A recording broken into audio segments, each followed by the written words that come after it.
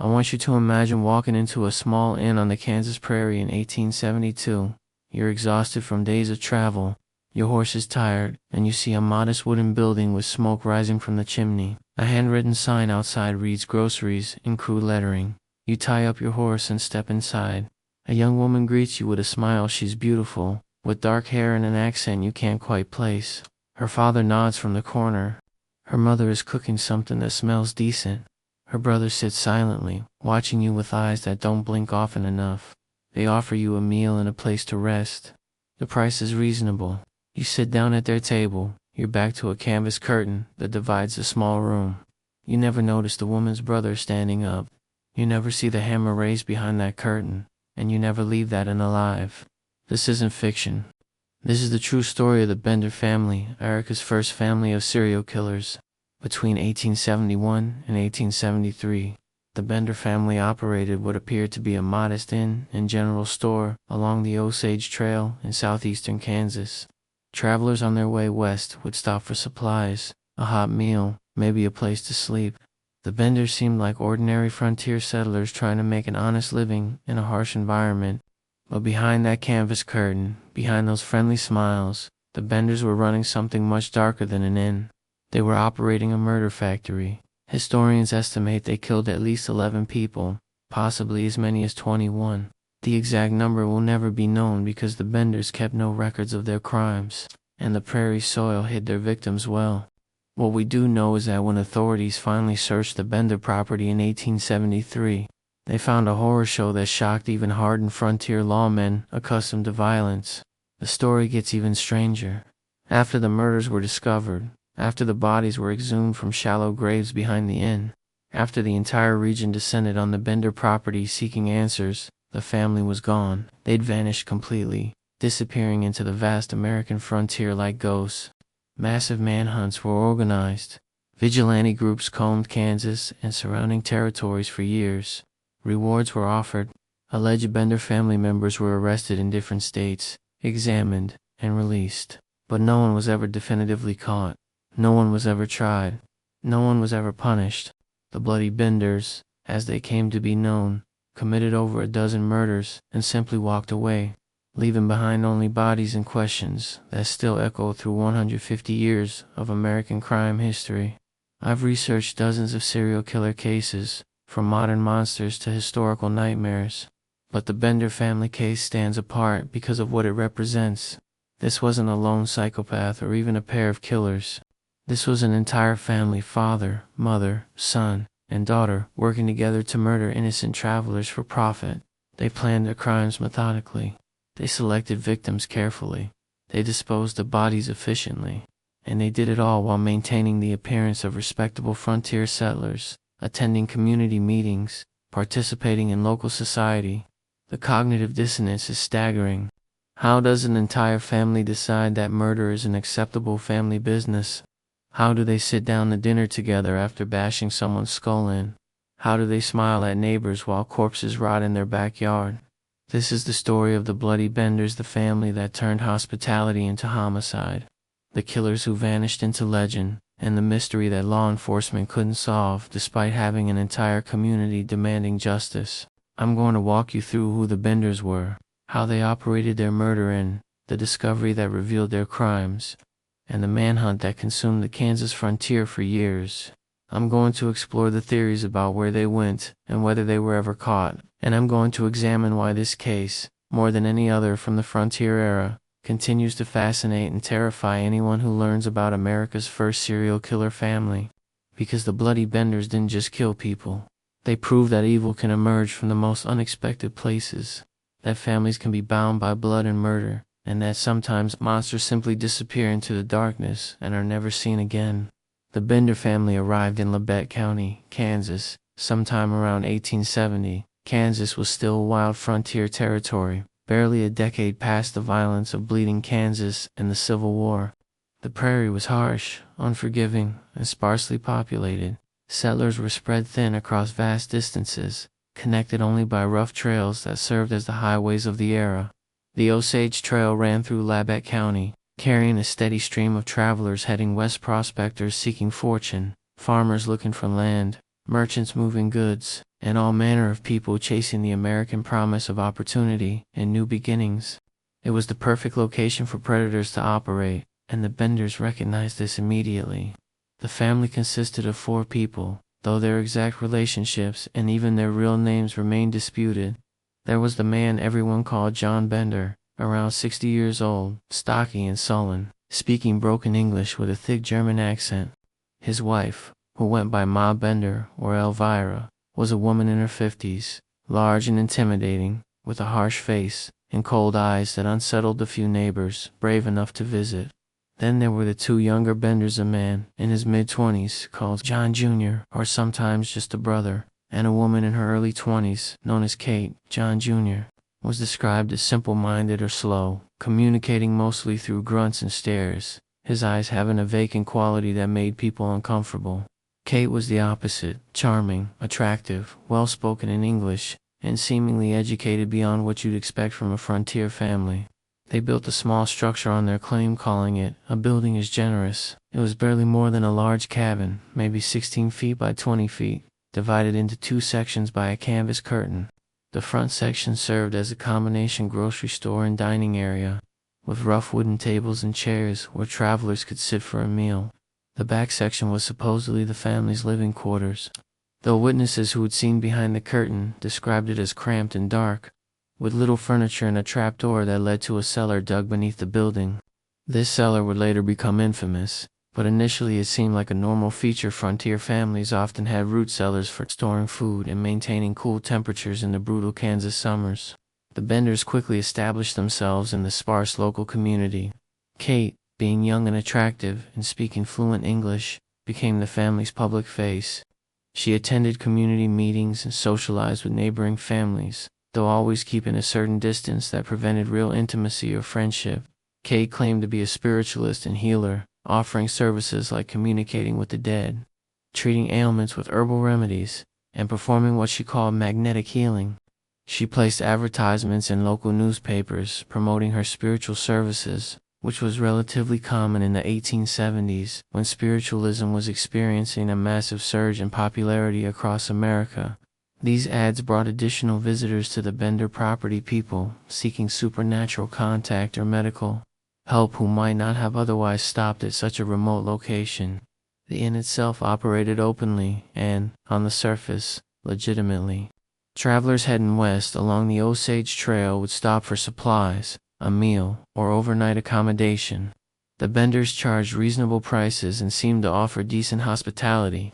But there was something off about the place that multiple survivors later recalled. The family was strange. The old man barely spoke. Ma Bender was hostile and suspicious. John Jr. stared at guests with unsettling intensity. And even Kate's charm had an artificial quality that created unease rather than comfort.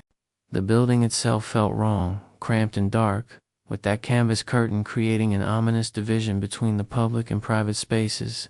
Several travelers who stopped at the Bender Inn and survived to tell about it mentioned feeling uncomfortable, sensing danger without being able to articulate why, and leaving as quickly as possible despite the family's apparent hospitality.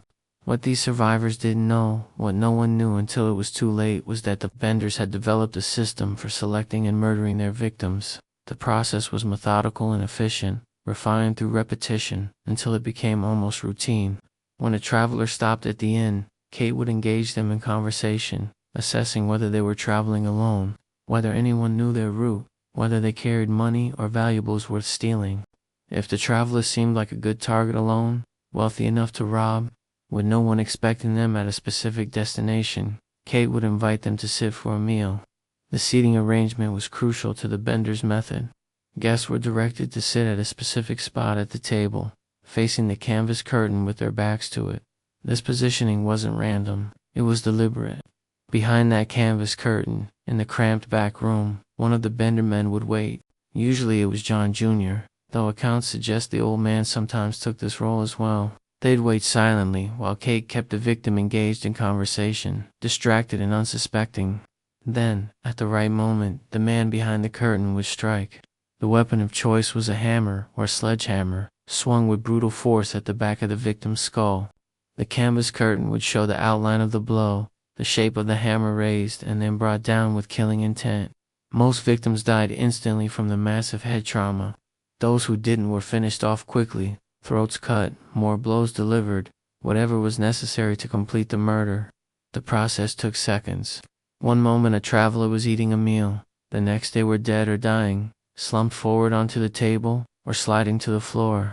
After the murder, the benders worked quickly to dispose of the body and eliminate evidence.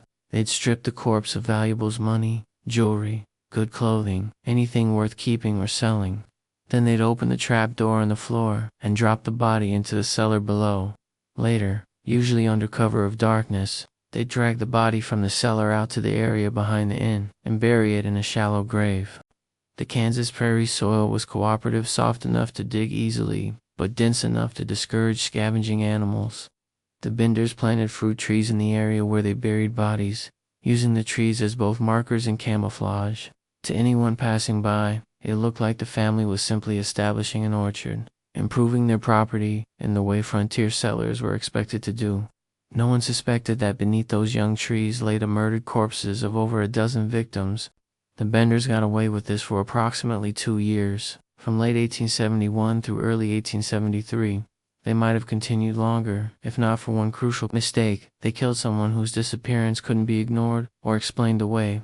In March 1873, Dr. William York traveled through the area searching for his brother, George York, who had disappeared months earlier while traveling west along the Osage Trail. Dr. York was a well-known and respected physician from Independence, Kansas. More importantly, his other brother was a colonel in the military with connections and resources. When Dr. York vanished after being seen heading toward the Bender property, his disappearance triggered a response far beyond what the Benders had experienced with previous victims. This wasn't a nameless drifter or an anonymous traveler. This was a prominent man with a powerful family demanding answers. The community rallied together to search for Dr. York. Search parties combed the area along the Osage Trail. Neighbors were questioned about any suspicious activity or unfamiliar travelers, and attention inevitably focused on the Bender property, if only because it was one of the few structures along that stretch of trail where Dr. York might have stopped. When community members visited the Bender and to inquire about the missing doctor, they found the family defensive and evasive. Kate, usually so charming and talkative, became hostile when pressed for information. The old man muttered threats in German. Ma Bender's eyes blazed with barely controlled rage, and John Jr. just stared at the visitors with that unsettling vacant expression, his hand resting on a large knife at his belt. The visit accomplished nothing except to increase suspicions about the strange family and their isolated, and a town meeting was called to discuss the disappearances, not just Dr.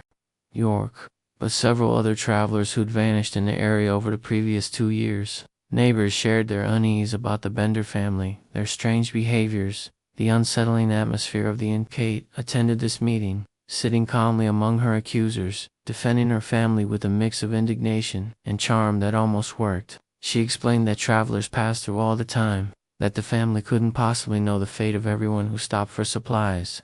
She suggested that the missing men had likely met misfortune elsewhere on the trail, accidents, robbery by actual criminals, or simply getting lost in the vast prairie. Her performance was convincing enough that the meeting ended without any immediate action being taken against the family. But the seed of suspicion had been planted and was growing rapidly. Shortly after that community meeting, in early April 1873, a neighbor noticed something strange about the Bender property. The place seemed abandoned. No smoke rose from the chimney. The livestock that usually grazed nearby were gone.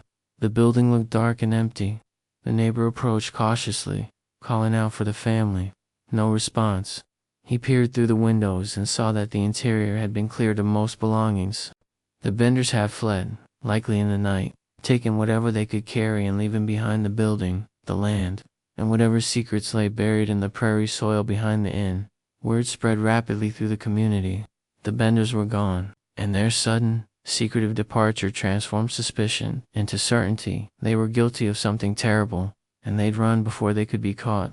A crowd of neighbors and local officials descended on the abandoned Bender property within hours of the discovery.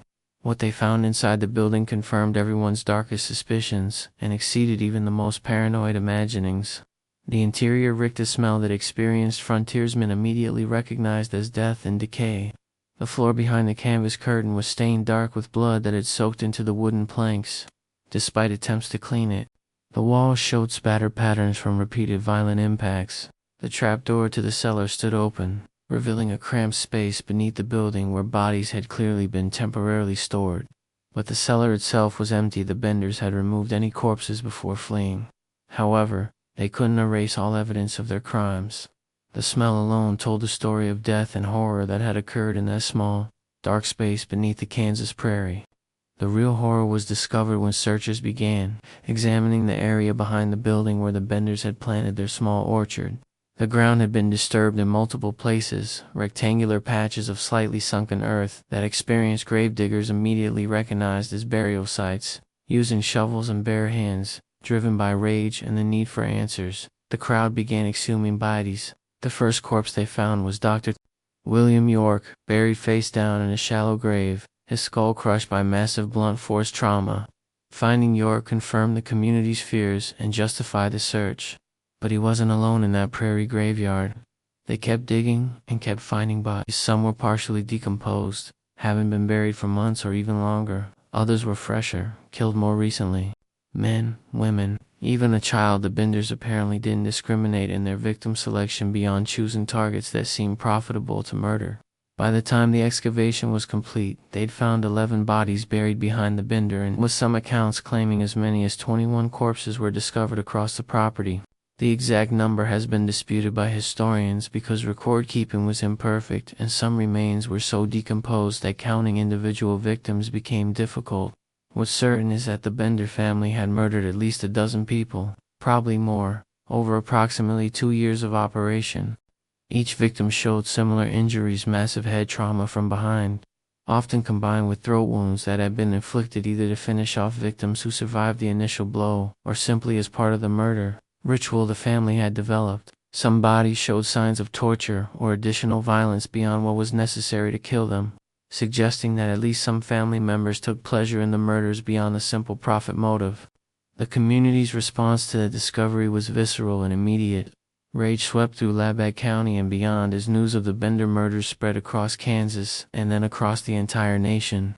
This wasn't just a local crime, this was a horror story that captured America's imagination and fear during a period when the frontier was supposed to represent opportunity and freedom, not death and deception. Newspapers from New York to San Francisco ran sensational stories about the bloody Benders and their murder. Illustrations depicted the family as monsters, though in reality they'd looked like ordinary settlers. The case became a national obsession, one of the first true crime stories to achieve widespread media coverage and public fascination. Everyone wanted to know who the Benders really were, how they'd gotten away with murder for so long, and most importantly, where they'd gone after fleeing their property. Vigilante groups formed immediately, determined to find the Benders and deliver frontier justice. In 1873 Kansas, justice was often swift and brutal, administered by communities rather than formal legal systems. If the vigilantes found the Benders, there would be no trial, no lawyers, no appeals, just ropes and trees and quick executions. Posses rode out in every direction, searching farms and settlements, questioning anyone who might have seen the family.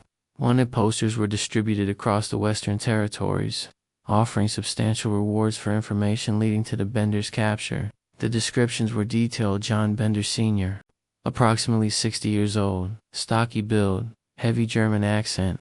Elvira Bender, around 55, large woman with harsh features. John Bender Jr., mid-20s, tall and simple-minded with a vacant stare. Kate Bender, early 20s, attractive with dark hair and speaking perfect English. Surely such a distinctive group, traveling together, would be noticed and reported. But weeks passed, then months, and no confirmed sightings emerged. The manhunt expanded to epic proportions, becoming one of the largest searches for fugitives in American history up to that point. Law enforcement from Kansas and neighboring states coordinated their efforts. The military got involved because of Colonel York's connection to the case. His brother's murder made this personal for powerful people with resources. Private detectives were hired by victims' families who wanted justice and closure. Bounty hunters scoured the frontier hoping to claim the reward money. The search stretched from Kansas to Texas, from Missouri to California, following rumored sightings and tenuous leads that inevitably led nowhere. The Benders had vanished completely, swallowed by the vastness of the American frontier, where a person or a family could disappear if they were smart and determined enough, and the Benders were clearly both. Theories about the Benders' fate proliferated as the months stretched into years without capture. The most popular theory suggested that vigilantes had actually found the family shortly after they fled, executed them in secret, and buried the bodies in unmarked graves. This would explain why no confirmed sightings ever emerged, and why the family seemingly evaporated. Some people in the region claimed to know exactly which vigilante group had done it and where the bodies were buried, but no physical evidence ever supported these claims. The vigilante execution theory was comforting because it meant the Benders had faced justice, even if that justice was extra-legal and brutal. It provided closure that the official investigation couldn't deliver. But it was never proven, and skeptics pointed out that if vigilantes had killed the Benders, someone would have eventually talked, someone would have revealed the location of the bodies, someone would have claimed credit for ending America's most wanted family. Another theory proposed that the Benders split up after fleeing, recognizing that traveling together made them too recognizable and easy to track. Perhaps John Sr. and Elvira went one direction while Kate and John Jr. went another. Maybe they scattered in 4 different directions, each member fleeing alone with their share of the stolen money and goods. This would explain why no one ever spotted the distinctive group traveling together. Individual members might have been seen without being recognized after all. Isolated sightings of a middle-aged German man or an attractive young woman wouldn't necessarily trigger associations with the Bender case unless they were together as a family. If they split up and adopted new identities in different territories, they could have lived out their lives without ever being connected to the murders in Kansas. This theory is frustrating because it means the Benders not only escaped but probably lived comfortably on the proceeds of their murders, never facing consequences for their crimes. Several alleged Bender family members were arrested over the years in different locations, each arrest generating newspaper headlines and renewed hope that the case would finally be solved. In 1889, 16 years after the murders, 2 women were arrested in Michigan and identified by some witnesses as Kate and Ma Bender. The women were brought to Kansas for examination. Multiple people who'd known the Benders viewed the suspects and gave conflicting testimonies. Some swore these were definitely Kate and Ma, others insisted they were completely different women. The suspects themselves claimed mistaken identity, saying they'd never been to Kansas and had nothing to do with any murders. After months of legal wrangling, the women were released due to insufficient evidence and conflicting witness statements. Similar incidents occurred multiple times across different states. People who vaguely resembled the Benders being arrested, examined, and ultimately released because no one could definitively prove their identity. The question of who the Benders really were remained as mysterious as their fate. Were they actually a family, or was that relationship fabricated for cover? Some investigators suggested that John Sr. and Elvira weren't the parents of Kate and John Jr. at all, that the 4 were unrelated criminals who had banded together for their murder scheme and pretended to be a family to seem more legitimate and less suspicious. This would explain some of the odd dynamics. Witnesses had noticed the lack of familial warmth, the strange interactions, the way they seemed more like business partners than relatives. Other researchers pointed out inconsistencies in the Benders' background stories. They claimed to be from Germany, but their German was reportedly poor and inconsistent with any specific regional dialect. Kate's education and speaking ability didn't match with the frontier poverty the family claimed. Their ages and relationships shifted depending on who was telling the story. Some historians have suggested that Kate Bender might have been multiple different women over the 2 years the inn operated, with attractive young women being recruited or forced to play the role of the charming daughter to lure victims. This would explain contradictory witness descriptions of Kate's appearance and personality. Perhaps the original Kate died or fled, and another woman took her place in her name. The Benders' use of aliases and false identities makes reconstructing their true history nearly impossible. We don't even know for certain what they called themselves before arriving in Kansas, or what names they used after fleeing. Bender itself might have been an adopted surname, chosen specifically for their Kansas operation.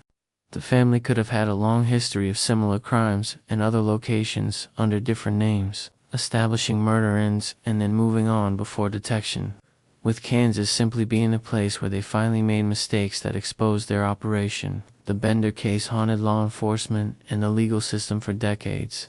It represented a complete failure of justice, brutal crimes discovered but criminals never caught, families of victims demanding accountability but receiving none, a community traumatized by the knowledge that monsters had lived among them for years without being detected. The case influenced how frontier communities approached newcomers and strangers, creating a paranoia about isolated ends and traveling families that persisted for generations. Parents warned children about the bloody benders as cautionary tales about trusting strangers. The bender in itself became a macabre tourist attraction until it was eventually dismantled and carried away piece by souvenir hunters wanting a tangible connection to America's most infamous murder house.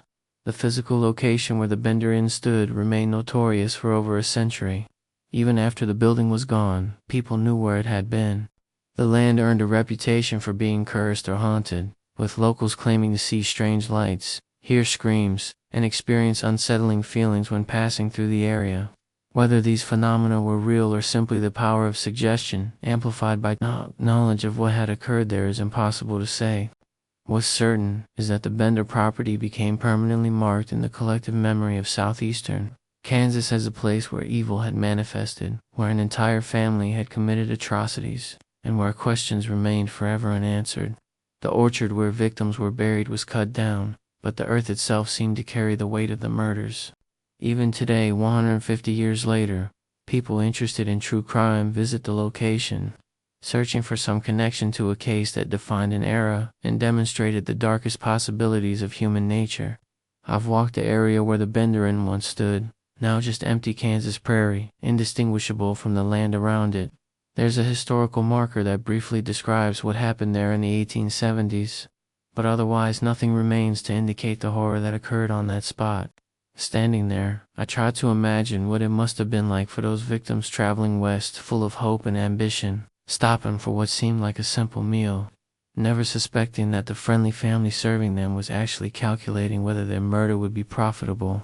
The prairie wind cuts through you in that exposed location, and it's easy to understand why travelers would have been grateful to find any shelter, any hospitality, even from people as strange as the Benders must have seemed. Desperation and exhaustion override caution.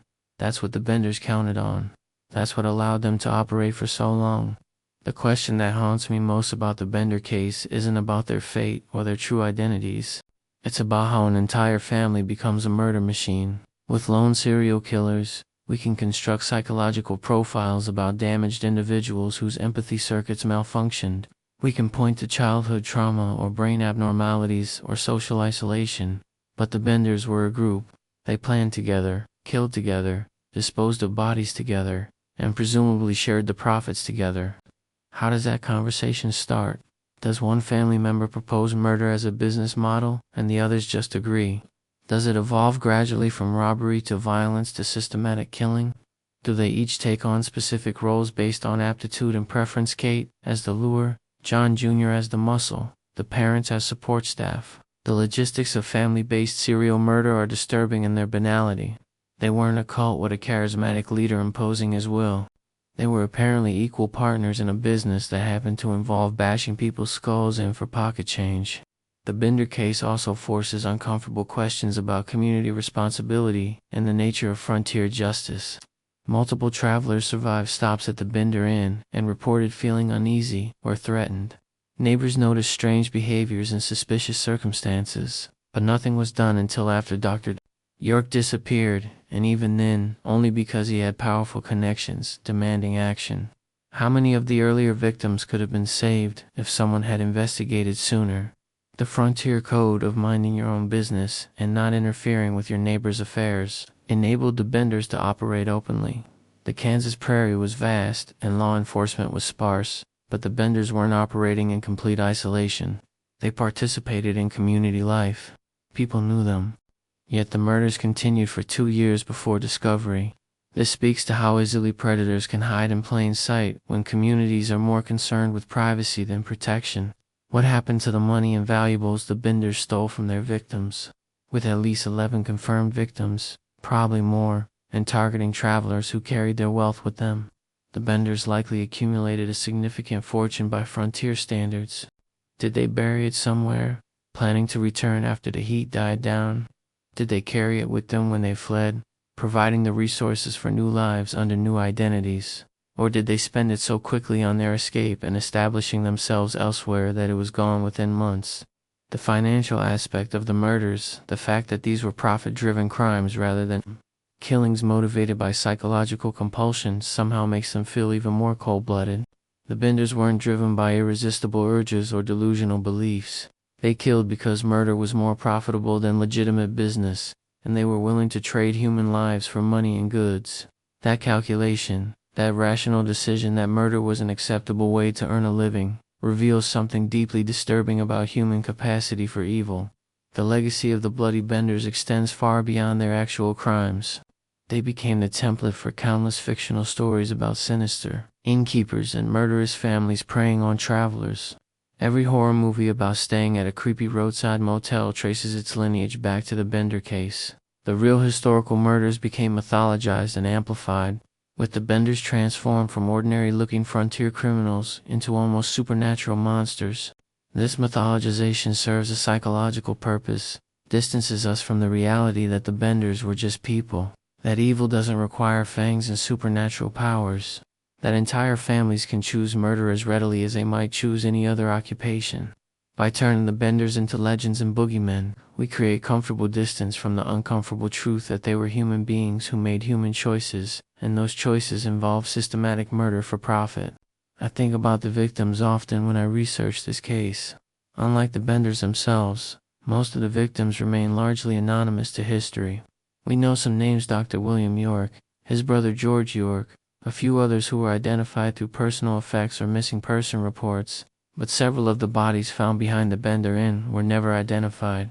They were buried as unknown victims, their families never learning what happened to them, their disappearances remaining unsolved mysteries separate from the broader Bender case. These unknown victims haunt me more than the famous ones. Someone's father or son or brother left home traveling west and simply vanished, and their families spent the rest of their lives wondering what happened, never knowing that their loved one had stopped at a small inn in Kansas and been murdered for the crime of carrying a wallet. The banality of it, dying for pocket change, killed by strangers who didn't even know your name, is almost unbearable to contemplate. The child victim particularly disturbs me. One of the bodies exhumed from the Bender burial ground was a young girl, approximately 8 to 10 years old, buried alongside an adult male who was presumably her father. The Benders murdered a child. This wasn't collateral damage or an accidental killing. They deliberately chose to kill a little girl, either because she was a witness to her father's murder or simply because including her in the robbery murder made logistical sense. What kind of people can look at a child and see only a problem to be eliminated? Kate Bender was a young woman herself, young enough that maternal instincts or empathy for youth might be expected, but she participated in or allowed the murder of a child without apparently any hesitation or remorse.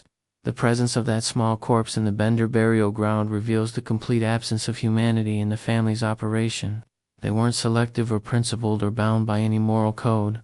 They were simply predators, and anyone who stopped at their end was potential prey.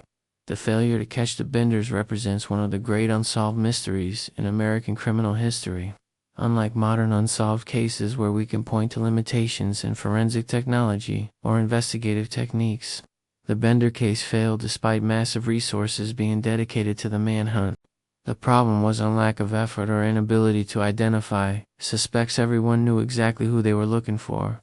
The problem was the vastness of the frontier and the ease with which people could reinvent themselves in 19th century America, without centralized databases, or photographic identification, or modern communication systems.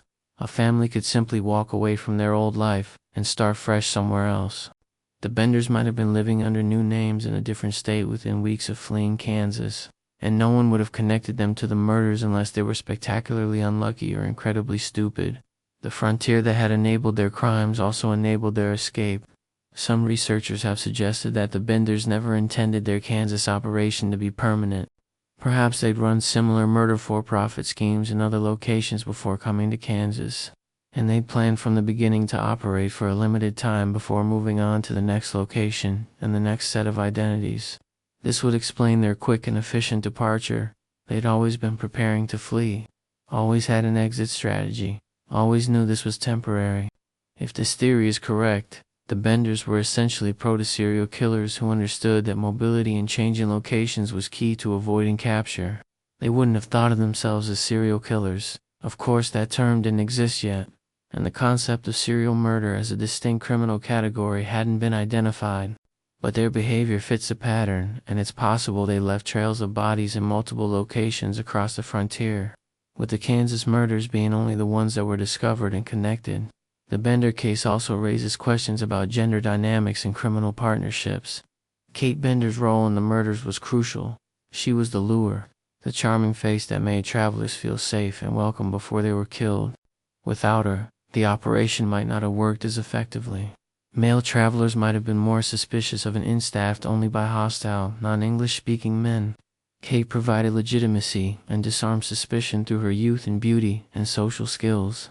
But was she an equal partner in the crimes, or was she coerced or controlled by the male family members? Historical accounts treat her as a willing and active participant, emphasizing her calculated charm and her cold-blooded involvement in selecting victims. But we should at least consider the possibility that Kate was herself a victim in some way, trapped in the family's criminal enterprise and unable to escape. The frontier offered few options for young women without resources or family support. If Kate tried to leave or refused to participate, what would have happened to her? This question doesn't excuse her involvement in murder, but it complicates our understanding of her agency and culpability. The Bloody Benders operated during a specific moment in American history when the frontier was closing but still wild enough for such crimes to be possible. By the 1890s, just 20 years after the Bender murders, the American frontier would be officially declared closed. Railroads crisscrossed the West. Telegraph lines enabled rapid communication. Law enforcement became more organized and professional. The kind of isolation and anonymity that enabled the Benders to operate was rapidly disappearing. If they'd tried to run a murder in 20 years later, they likely would have been caught much faster. They existed in a narrow window of American history where the frontier was settled enough to have regular travelers passing through, but still lawless enough that an entire family of murderers could operate for years before detection. In this sense, the Benders were products of their time, taking advantage of specific historical circumstances that would never exist again in quite the same way. The psychological profile of the Bender family fascinates criminal psychologists even today. Modern profilers have analyzed the case using contemporary understanding of serial killers and family dynamics, trying to understand how four people could coordinate such brutal crimes. Some suggest that one family member, likely John Sr. or possibly Kate, was the dominant personality who initiated the murder scheme and recruited or coerced the others into participation. This would fit patterns seen in other family crime units where a strong leader imposes their will on weaker-willed relatives. But the evidence doesn't clearly support this interpretation. The Benders seem to function as equal partners, each member performing their role efficiently without obvious hierarchy or coercion. This suggests they were all committed to the enterprise, all benefiting from the proceeds, all equally culpable for the murders. The method they developed, the canvas curtain, the specific seating arrangement, the hammer blow from behind, shows sophisticated planning and understanding of both human psychology and practical murder logistics. Seating victims with their backs to the curtain served multiple purposes. It put victims in a vulnerable position, unable to see the attack coming. It prevented them from seeing the back room where bodies might be stored or bloodstains might be visible. It created a physical and psychological barrier between the family's living space and the public space, maintaining separation that reinforced the inn's legitimacy. And most cleverly, it made murder mechanically simple. A single powerful blow to an unprotected skull, delivered from above with the attacker's full body weight behind the hammer. The Benders had industrialized murder, creating a system that was efficient, repeatable, and required no special skill beyond the willingness to kill. The disposal of bodies also showed planning and forethought. The trapdoor to the cellar allowed them to quickly hide corpses during daylight hours when neighbors might visit or other travelers might arrive unexpectedly. The nighttime burial in the orchard behind the building created distance between the inn and the graves, reducing the smell and appearance of disturbed earth that might alert visitors. The fruit trees planted over graves served as both markers so the family knew where they'd buried each victim and camouflage, making the disturbed earth look like intentional cultivation rather than hasty burials. Every aspect of their operation had been thought through and optimized for efficiency and concealment. This wasn't improvised violence. This was murder as a calculated business model. The question of whether they felt remorse or struggled with what they were doing cannot be answered with certainty, but the evidence suggests they were largely unbothered by their crimes. The family continued attending community meetings and interacting with neighbors, even while bodies rotted in their backyard. Kay placed advertisements for her spiritualist services and saw clients for healing sessions while helping to murder travelers in the evening. They ate meals and slept in a building that reeked of death and was stained with victims' blood. This suggests either complete psychopathy, inability to feel empathy, or guilt or extreme compartmentalization that allowed them to separate their murder business from their daily life. Either way, the Benders demonstrated a coldness and detachment from human suffering that marks them as genuinely monstrous, regardless of how ordinary they appeared. The aftermath of the Bender case shaped American culture and criminology in ways that echo to the present day. It was one of the first serial murder cases to receive nationwide media attention, with newspapers across the country following the story of the manhunt and publishing theories about the family's fate. This created a template for true crime journalism that persists today, the focus on gruesome details, the speculation about criminal psychology, the obsession with whether killers are caught and punished.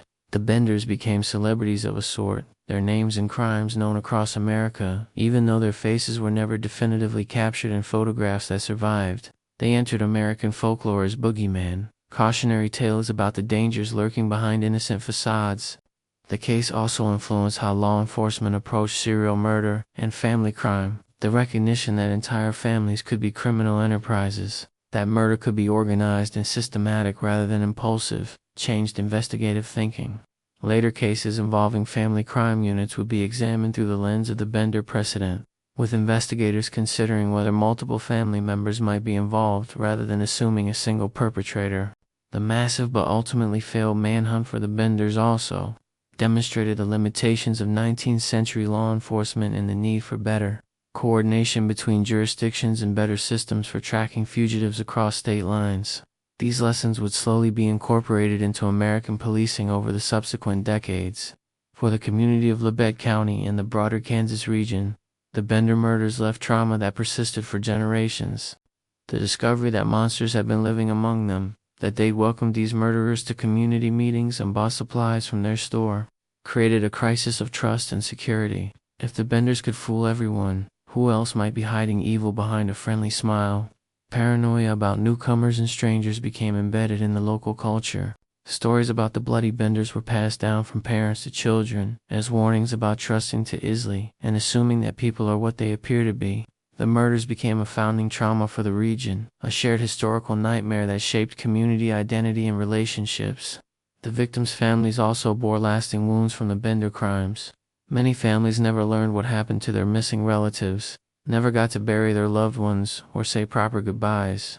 For those who did get confirmation through body identification, the knowledge of how their family members died murdered for pocket change, buried in shallow graves, their deaths going unnoticed for months or years, was almost unbearable. And the fact that the murderers were never caught, never punished, never held accountable, denied these families any sense of justice or closure. Some families spent decades hiring detectives and following leads, desperately trying to find the Benders and achieve some form of resolution. Others simply carried the grief and rage until they died, passing down to their children the burden of unavenged murder and unanswered questions. The Bender property itself became a site of dark tourism almost immediately after the murders were discovered. People traveled from across Kansas and beyond to see where the horrors had occurred, to walk the ground where victims were buried, to peer into the building where travelers had been murdered. This ghoulish curiosity disturbed some people, but seemed natural to others in an era before modern entertainment media provided vicarious access to crime and violence. The building was eventually dismantled, with pieces taken as souvenirs by visitors wanting tangible connections to the infamous case. Even the bricks and boards stained with victims' blood were collected and carried away, distributed across the country as macabre mementos of America's first family of serial killers. Today, nothing remains of the physical structure, but the location is still marked and still visited by true crime enthusiasts making pilgrimages to one of the dark landmarks of American criminal history. Modern forensic technology could potentially solve some of the mysteries surrounding the Bender case if physical evidence still existed.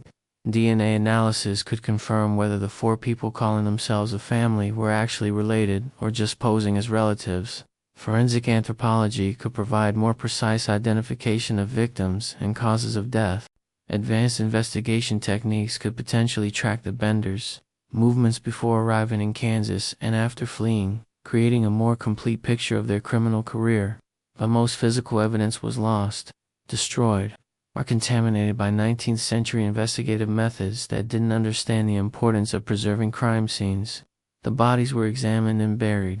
The building was dismantled and scattered. The documentary evidence, such as it was, has largely been lost to time and deterioration. Modern investigators are left with only historical accounts, newspaper articles, and fragmentary official records to work with. Some researchers continue investigating the Bender case even today, 150 years after the murders. They search for new documents and archives, re-examine old evidence with fresh perspectives, and pursue theories about the family's true identity and ultimate fate. Several books have been written about the case, each offering different interpretations and conclusions. Some argue confidently that the Benders were killed by vigilantes shortly after fleeing. Others believe just as confidently that the family escaped and lived out their lives under assumed names in different parts of the country. Still others suggest that some family members were caught while others escaped, or that the entire family was actually multiple different people at different times using the Bender name in operation. The truth remains elusive, buried under 150 years of speculation, myth-making, and the simple passage of time that obscures historical fact. The bloody Benders remind us that evil is often banal, that monsters rarely look like monsters, and that the greatest dangers can hide behind the most ordinary appearances. They looked like a frontier family trying to make a living in harsh circumstances. They operated a business that served a legitimate need, providing food and shelter to travelers. They participated in community life and maintained relationships with neighbors. Nothing about them screamed serial killer family until it was too late and the bodies started emerging from the prairie soil. This ordinariness is what makes the Benders so disturbing. They prove that you cannot identify evil by appearance or demeanor, that psychopaths can function in society with remarkable effectiveness, and that entire families can share in violence and murder while maintaining facades of normalcy. The case also demonstrates the limitations of justice and the reality that some criminals simply get away with their crimes. We like to believe that murderers are always caught, that justice always prevails, that the arc of history bends toward accountability. The Benders prove otherwise. They committed at least 11 murders, probably more, and they were never definitively caught or punished. They either escaped to live out their lives elsewhere or were executed by vigilantes whose actions were never officially confirmed or prosecuted. Either way, they avoided the formal justice system entirely. This is uncomfortable to accept, but it's important to acknowledge that criminal justice systems fail sometimes, that evil people sometimes escape consequences, and that the tidy resolution we expect from movies and novels doesn't always occur in reality. I've spent years researching cases like the Bender murders, and what strikes me most is how little has changed about human nature despite all our technological and social progress. The Benders killed for profit in 1872. People kill for profit today. They exploited trust and hospitality to murder vulnerable travelers. Modern criminals exploit trust and hospitality to harm vulnerable people. They operated as a family unit, dividing labor and sharing proceeds. Criminal families and organizations operate the same way in the 21st century. The specific methods and circumstances change, but the underlying dynamics of predation, exploitation, and violence remain constant across time. The Benders weren't unique or special. They were simply ordinary people who chose to do extraordinarily evil things, and that choice is always available to humans regardless of era or location. The question that keeps me awake when I think about the Bender case is this: how many others were there? The Benders operated for 2 years before being discovered, and only then because they killed someone whose disappearance couldn't be ignored. How many other isolated inns and way stations along frontier trails were running similar operations? How many other families or groups of criminals were murdering travelers and burying them in prairie graves? The vastness of the 19th century American frontier meant that people could disappear easily and often. Countless travelers left home heading west and were never heard from again. Their families assumed they died of disease or accident or Indian attack, never suspecting murder by people who were supposed to provide hospitality. The Benders might have been the only family caught, but they probably weren't the only ones operating. We'll never know how many other murder-ins existed, how many other bodies lie in unmarked graves across the former frontier, how many other criminal families successfully operated and then disappeared without ever being detected. The mythology that grew up around the Benders often obscures the simple, brutal reality of what they did. They weren't supernatural monsters or criminal geniuses. They were opportunistic predators who recognized that isolated travelers were vulnerable targets and that the sparse law enforcement of the frontier made murder relatively low risk, if you were careful. They developed a method that worked, repeated it until they'd killed at least 11 people, and then fled when circumstances made staying dangerous. Everything else, the legends about Kate's beauty and charm, the stories about the family's mysterious origins, the romantic notion of frontier outlaws is embellishment that makes the story more interesting but less true. The real Benders were probably unremarkable people who made evil choices and got away with it. That's the story. It's less dramatic than the myths, but it's more disturbing because it's more plausible and more relevant to understanding human capacity for violence. The disappearance of the Benders after their crimes were discovered demonstrates the fragility of justice in any era, but especially during the frontier period. Modern criminals leave digital trails, financial records, surveillance footage, social media posts, cell phone data that make disappearing completely almost impossible. But in 1873, a family could walk away from their old life with nothing but the clothes on their backs and a bag of stolen money, and reinvent themselves completely in a new location. No one checked identification, no one verified backgrounds. You were whoever you claimed to be, and if you were smart enough to avoid obvious mistakes, you could maintain a false identity indefinitely. The Benders understood this and exploited it perfectly. They arrived in Kansas using names that might not have been real. They left Kansas and probably adopted new names immediately. Without photographs or fingerprints or any reliable way to verify identity, they could have been living next door to the investigators searching for them and never been recognized. So what happened to the bloody Benders? After 150 years of investigation, speculation, and myth-making, we still don't know. They vanished into the American frontier in April 1873 and were never definitively seen again. Maybe they were killed by vigilantes and buried in unmarked graves, achieving the anonymous death they'd inflicted on their victims. Maybe they split up and started new lives under new names, living out their days as seemingly ordinary citizens while carrying the secret of their murders to their graves. Maybe some were caught while others escaped. Maybe they continued killing elsewhere under different identities. Or maybe the truth is something we haven't even considered, some scenario that explains their disappearance in ways we can't imagine from our distant perspective, 150 years removed from their crimes. The only certainty is that the Benders escaped justice in any conventional sense, and that the 21 bodies buried behind their Kansas Inn represent murders that were never formally solved or prosecuted. The Bender case stands as a reminder that some mysteries remain unsolved, not because of lack of effort but because of circumstances beyond anyone's control. The massive manhunt involved hundreds of people over multiple states searching for years. Significant rewards were offered. The case received national attention that should have made the family impossible to hide. But the vastness of the frontier, the limitations of 19th century law enforcement, and the Benders' own planning and luck combined to create a perfect storm of factors that enabled their escape. This doesn't represent failure by the investigators. They did everything possible with the tools available to them. It represents the reality that some criminals, through a combination of skill and circumstance, simply get away. Acknowledging this doesn't diminish the horror of their crimes or the suffering of their victims. It simply recognizes the limitations of human justice and the uncomfortable truth that evil sometimes triumphs, at least in the short term. The legacy of the bloody Benders extends beyond their actual crimes to influence how we think about family, trust, and the hidden darkness that can exist behind ordinary appearances. Every time we hear about family-based criminal enterprises, we're seeing echoes of the Bender case. Every time we watch a horror movie about sinister innkeepers or evil families preying on travelers, we're consuming entertainment derived from the Benders' real crimes. The case established templates and tropes that persist in true crime and fiction alike: the charming lure who makes victims feel safe, the violent killer hiding behind a curtain, the discovery of bodies buried in unexpected places, the criminals who vanish before justice can be served. These elements feel familiar because we've encountered them repeatedly in various forms. But they all trace back to that small inn on the Kansas prairie, where an entire family chose murder as their family business.